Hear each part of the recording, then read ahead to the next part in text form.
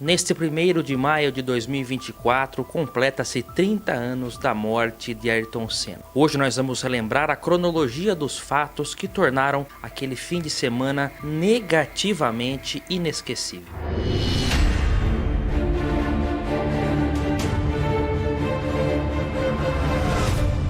Olá amigos do canal PL, bem-vindos a esse canal que traz literatura automotiva e nostalgia. Este programa é um oferecimento de Yellow Plate Assessoria Documental, a melhor empresa para a regularização de veículos placa amarela do Brasil. Você tem um carro placa amarela? Já perdeu as esperanças e foi iludido por despachantes e afins? Não perca mais tempo. O contato da Yellow Plate está abaixo na descrição desse vídeo. A Yellow Plate sim pode resolver e resolve o seu problema. Só no ano passado foram mais de 23 veículos com placas amarelas que foram regularizados. Ayrton Senna da Silva nasceu em São Paulo no dia 21 de março de 1960. Hoje, se estivesse vivo, teria 64 anos de idade. Eu já contei num vídeo recente aqui no canal sobre a trajetória do Ayrton Senna, curiosidades, inclusive sobre os carros que Ayrton teve durante sua vida. Desde o primeiro lá, que foi um Corcel 2, que recebeu modificações de época, na sequência a Belina, passando pelos Escortes, quando ele foi garoto propaganda da Ford,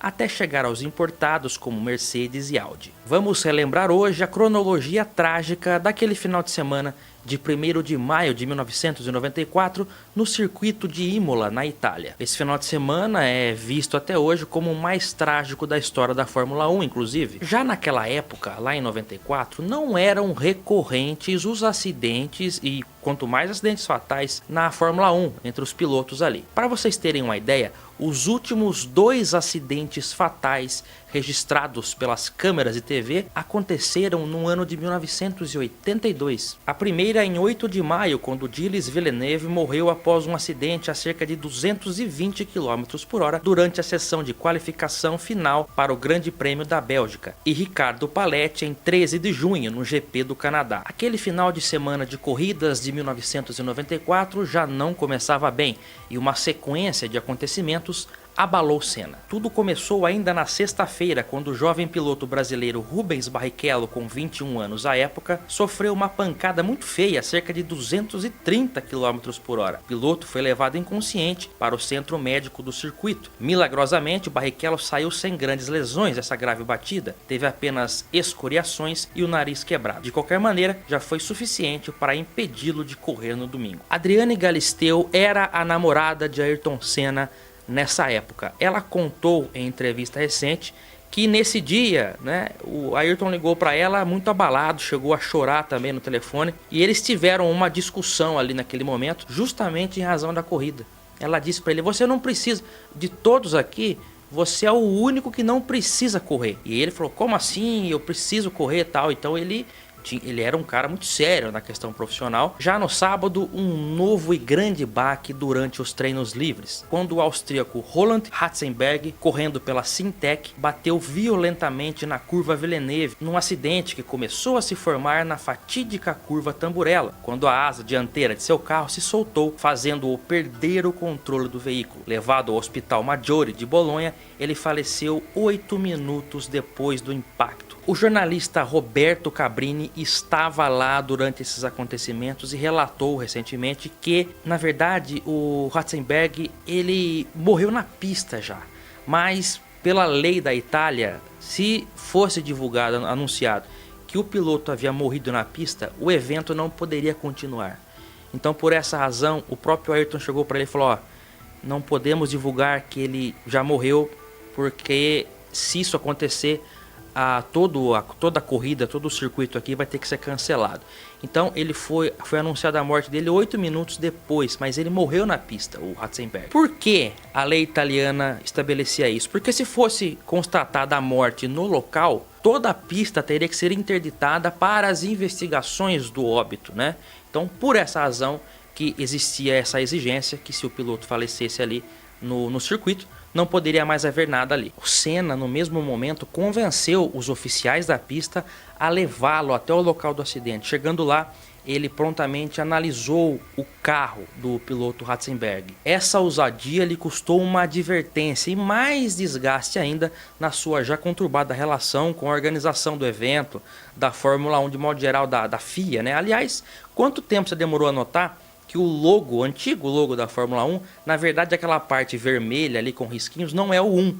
O 1 ele fica branco no meio, entre o F e a parte vermelha.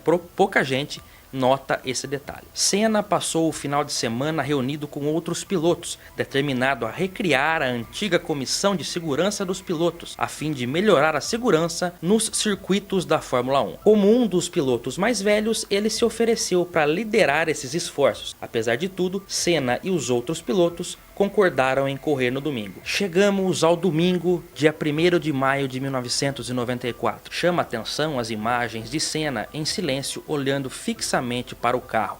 Algo que não era comum. Chega a hora da corrida, Ayrton larga na pole, mas uma colisão entre os carros de Pedro Lamy e JJ Leto causa a entrada do safety car na pista por 5 voltas. Esse acidente também acabou ferindo 4 pessoas que estavam na arquibancada e foram atingidas pelos destroços. A relargada acontece na 6ª volta e na abertura da 7ª, Senna rapidamente faz a melhor volta da corrida, abrindo vantagem em relação a Schumacher. Ayrton iniciara o que seria a sua última volta na Fórmula 1. Ao entrar na curva Tamburello, ele percebe uma trepidação excessiva da barra de direção. Imediatamente, ao notar o descontrole do carro, ele ainda conseguiu, nessa fração de segundo, reduzir 2 marchas, fazendo a velocidade cair de 306 km por hora para 206. Porém, ao chegar na curva, a barra de direção se quebra totalmente e Senna passa a não ter mais controle algum sobre o destino do carro, que inevitavelmente às 14 horas e 17 minutos se choca de forma violenta contra o muro de concreto. Um breve movimento na cabeça de Ayrton dá um sopro de esperança em milhões de pessoas que assistiam a corrida ao vivo pela televisão e que pensaram que o piloto estava bem. A própria Adriane Galisteu chegou a dizer isso, né?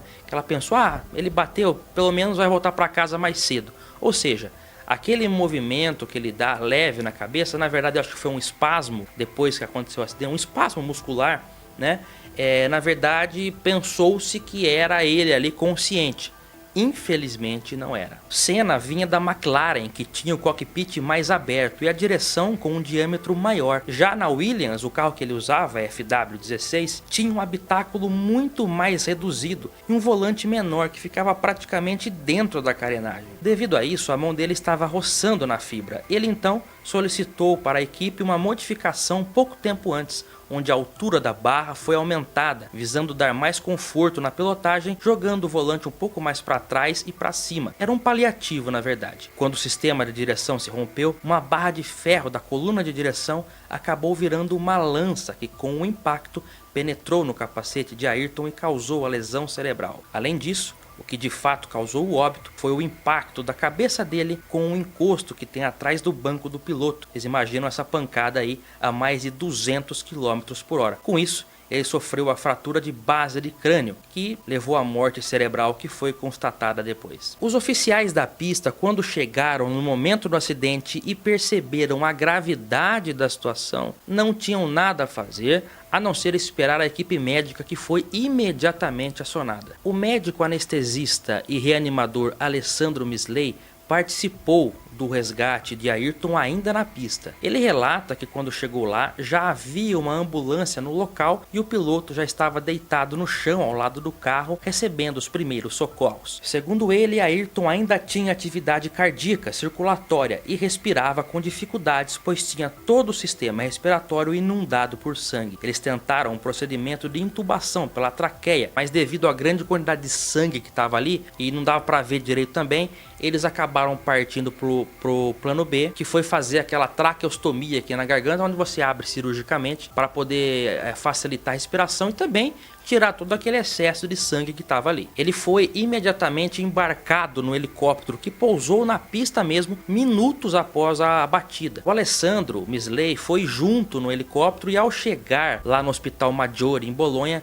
um relato muito triste, né? Como o Ayrton ele perdeu muito sangue nas próprias cenas do carro ali ao redor, quando o Ayrton já foi removido, você pode ver, realmente ficou bastante sangue no local. Quando o helicóptero foi pousar no heliponto lá no hospital, o helicóptero ele dá uma inclinada primeiro com a parte de trás, e isso fez com que todo o sangue que tinha sido derramado ali no assoalho do helicóptero viesse para trás, né, do helicóptero e acabasse vazando para fora.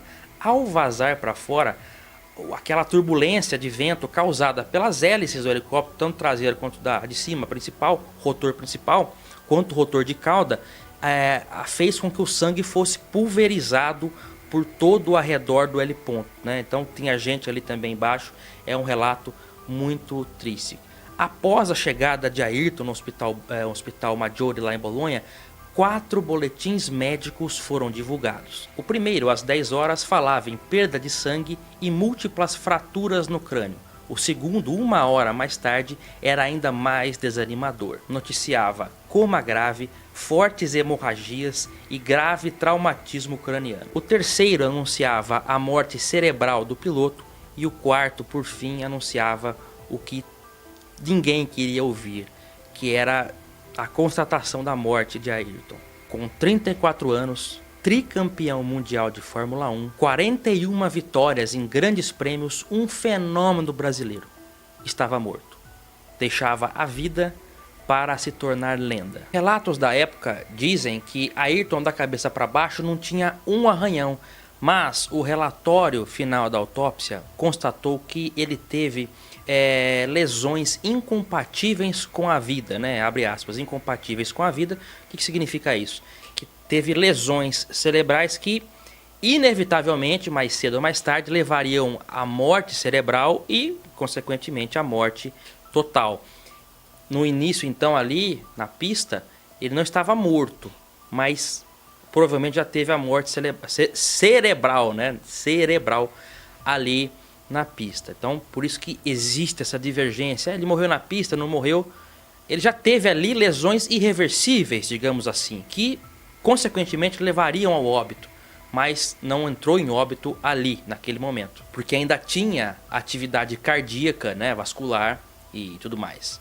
1994 foi um ano atípico na Fórmula 1. Novas regras foram criadas e o principal: até 1993, os carros usavam suspensão ativa, criada em 1987 pela extinta equipe Lotus e copiada no mesmo ano pela Williams. A suspensão ativa era um sistema computadorizado que controlava o trabalho dos braços que sustentavam as rodas. A partir de 1994, os carros trabalharam com suspensão passiva, ou seja, pelo trabalho dos braços com amortecedores e molas. Isso, consequentemente, deixou os carros mais ariscos. De acordo com a perícia, final, foi constatado que de fato a coluna de direção quebrou. Isso é fato, mas não foi possível concluir se ela foi a causa do acidente ou se ela quebrou devido à pancada do acidente. Até hoje, claro, você vai ter teorias, opiniões, mas não se sabe ao certo se ela quebrou, se ela causou de fato o acidente ou se ela quebrou devido ao acidente. Em novembro de 1996, o mecânico da equipe que havia soldado a barra de direção, naquela adaptação para levantar a coluna e vir mais para trás, foi indiciado por homicídio culposo, mas em dezembro de 1997 acabou sendo absolvido. Em abril de 2002, o FW16, pilotado por Senna, foi devolvido para a Williams. A equipe informou que o carro estava em avançado estado de deterioração e foi posteriormente destruído. O capacete de Senna foi devolvido e foi incinerado. Já o motor do carro foi devolvido para a Renault e seu destino é desconhecido. Outros acidentes já haviam acontecido nessa curva de Tamburello, por exemplo, com o Nelson Piquet em 1987 e o de Berger em 1989. Após o acidente de Senna, decidiu-se mudar o desenho da curva para um chicane de média velocidade, padrão que permanece até os dias de hoje. Você pode ter várias teorias sobre o acidente de Ayrton Senna, até teorias bizarras, né? Como de que ele teria sido abatido por um sniper, ou até outras não tão malucas, que ele eventualmente poderia ter tido um ataque cardíaco mal súbito, né? Mas, primeiro, o do sniper cai por terra, porque imagina um cara atingir um carro a mais de 200 km por hora, esquece. A segunda, do ataque cardíaco, também não faz sentido, porque ele tomou atitudes para evitar o acidente, como a tentativa de reduzir as marchas para reduzir a velocidade e tentar também virar. Ele estava quase no fim da curva. Então isso também nos mostra que ele estava alerta até o último minuto. Lamentavelmente, a pancada muito forte, uma velocidade muito alta. Como vemos aqui, a barra de direção, quando se soltou, acabou tendo uma função meio que de uma lança. Vocês viram a ponta dela, acabou atingindo aqui a cabeça dele. E também o impacto traseiro, né, muito forte. E outra coisa também, independentemente de de conclusão A ou B, nada trará o piloto, o fenômeno, o profissional, o familiar de volta, né? Fica o nosso respeito e admiração pelo piloto Ayrton Senna da Silva, que viveu numa época e ele despertou no brasileiro um patriotismo que hoje não vemos para com uma personalidade assim, um piloto, até mesmo um jogador de futebol. As pessoas acordavam domingo cedo para ver o Ayrton correr, né? Tanto é que ele sofreu esse acidente na sala de milhões de brasileiros, literalmente estavam ali vendo ao vivo pela televisão. Muito triste, né? Na época foi um baque enorme e o corpo de Ayrton foi recebido com honras de chefe de estado aqui no Brasil, né? Foi decretado luto oficial e tudo mais. Esses são alguns bastidores e fatos que ocorreram naquele fim de semana trágico, né? E digo mais, hein? Se hoje acontece uma situação dessa, né? Ocorre um acidente na sexta, aí no sábado morre um outro piloto, não haveria corrida no domingo. A corrida seria cancelada nos dias de hoje, certamente, né? Naquela época eles levavam a corrida acima de qualquer coisa. Até não divulgar o óbito do piloto na pista, eles não divulgavam para não atrapalhar o prosseguimento ali do campeonato. Bom, eu aguardo vocês no próximo vídeo. Obrigado por verem mais esse episódio da Sessão Nostalgia e até o próximo. Um grande abraço e até lá. Tchau!